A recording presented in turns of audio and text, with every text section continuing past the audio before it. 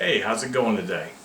My name is Frank Hughes. I was just going to talk a little bit about the tools I am using for covering my fender roads 88 Tolex. Of course, obviously, for everybody knows, it's just a Tolex, but this is an interesting one.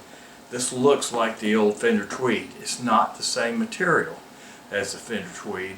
You don't have to worry about, re-shellacking it or anything else. It's basically pure naugahyde.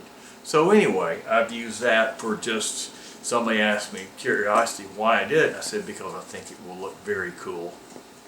I got to cover it with something. Might as well do it a little different.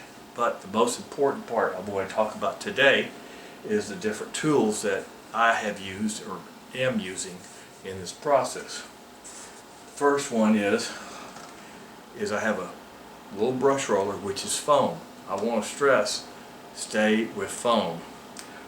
That way you don't end up with little stray hairs from the brush, from the roller, that will get caught up underneath between the Tolex and the top of the wood. The other thing is obviously a nice roller tray. So when I mean nice, I mean one that will accommodate it and that you can just take and rinse out. If you rinse the glue out fast enough, you can just keep using it. Other thing you need a couple of pins that will mark the Tolex, but you can clean off. These are water soluble. I can take a wet rag and they come right off. And these are, I wish I could tell you, SEPA is the brand of that. Okay, now the other thing I've used is tape, blue tape. This is for masking around areas where I don't want the glue to get. So anyway, you need a roll of that. The other thing, I have a collection of spatulas. This helps me, especially trying to move it, put it into the corners on the inside of the case, which I'll be using a lot when I do this next.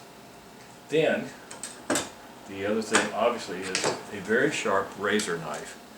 I recommend you make sure that you change out the blade fairly often on these, and of course dispose of them properly. And in this case I have a pattern I'm working with, which is the fender tweed, which is a diagonal. And this right here I set, and I can ensure myself before I start putting a piece on that the slope of the line will match up with what I'm working with. An example being is when the case is closed, you want the diagonal from the top to the bottom piece. You want them to effectively look like one continuous line. So that again is why you would need this, and I will be showing this, but this right here will be your biggest buddy. High quality scissors. These right here are Whisk scissors, and you can get by with a good pair of sharp scissors that you can, if you have some for your office or anything. But I like these. These are heavier, and they really cut where you want them. I mean, literally, sometimes you know how they'll jam up into the scissor. It won't happen. These are razor sharp. I recommend having one of these combination squares. Sometimes all you need to do is you need to take this and use this as a short straight edge. But at the same time, it's very handy to have this. The other thing, these rollers are designed to help you. They're heavy as all get out, but I bought these on Amazon. These are just leather rollers for rolling out leather, and that helps you make sure that the Tolex is actually adhered to the case properly. And then the other thing I've got that I wanted to mention is I'm using these. Sometimes you need just a little paintbrush, basically. You can get by with a chip and a foam paintbrush, but what I have been doing is I cut these in half, and I use these for areas as a paintbrush, and I toss them when I get done.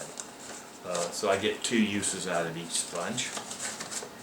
The final piece, well not final, the next to the final piece is, I've used these for alignments. These are just little spring clamps, and I have an assortment of different sizes. They help hold when I'm trying to lay out and to ensure that the vinyl is at the right, for example, slope where I need just to clamp it to hold it. These work quite well. The other thing I recommend, and again this is because of the pattern, I use a good quality framing square, and what I do is that way I can make sure the piece is actually square to itself. And that's important. For example, when you're putting in for the seams, you can't really see from here, but you want to make sure the seams are running straight up and down. This will help you with that. It'll help you with laying out when you're having to make some adjustments to the Tolex. So it's very handy to have this. The other thing I recommend, have a good quality straight edge. Makes life a lot easier too. This is an old one for drafting. It's 36-inch piece of stainless steel. But you can also use this right here, and you can buy this like Home Depot or Lowe's, anywhere. It's for laying out sheetrock, and they're right at 48 inches long. And they even do have a piece that goes this way, so it can act as a right angle square too. So anyway, just this right here is what I would, the other thing finally I want to mention, you really need to keep things clean, because you don't want to get stuff caught between the Tolex and the material that you're covering. What I've been using is I bought some craft paper. It's just brown, comes on a roll. I think it's like $6 or $7 at Home Depot, and I take it and I end up putting it on the top of my workbench. The reason being is that by having it on top of the workbench, you get glue on it and stuff like that, and you just don't want to create a bigger problem with your glue. So that's the other thing I wanted to mention here is, again, trying to keep as clean as possible using this glue, because it can get messy. Glue, you can use, I'm a real big proponent, anytime I can get a latex product that will perform properly, I kind of prefer that because of cleanup and also for fumes. I grew up in the days of the old oil paint for pretty much everything, and it's kind of disgusting, but at the same time there's sometimes you have to use it. But as a general rule, what I do, if I can get the same performance with a latex or a water-based product, I do that. You can go to a flooring and ask for PVA glue, and they can supply that for you. That will do the job.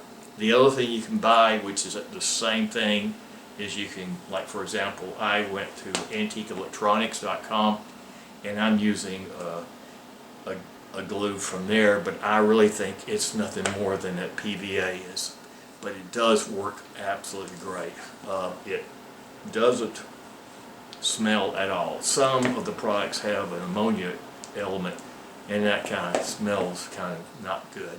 But the reality of it is, I know this product here is actually odorless. It performs well, but again, it's like a classic contact cement. You put it on, let it dry, let it go clear, and then what will happen is, once you put it on, you can't really reposition products very easily. You can to a point, but it's not going to be easy. And I think the other thing I will have to say in terms of, you got to be careful using a sharp object, and I can't stress the importance of keeping everything as clean around you from a safety standpoint. And the other thing I do want to mention is, take your time doing this and measure 2 or 3 times and cut once. And also just make sure, again, and I'll show you, you need to be checking if you can get the first end cap, get the end caps on, and with the correct slope on the line. Then the reality is it goes way faster because you got a nice foundation to be working with. So it is, take your time, especially on the end caps. And again, it's a lot easier, by the way, if you use a solid color. But if you want, like I just wanted something different, and so I wanted to go with a tweed. That's a pattern, and it's kind of like a wallpaper. You gotta, if you've ever hung wallpaper, it's a little bit of a challenge making sure that the pattern matches. So again, thanks again for listening, and then I will be posting this on my YouTube account. piano pickers, and then we will go ahead and continue going forth with the rest of it. Okay, thanks again. Bye.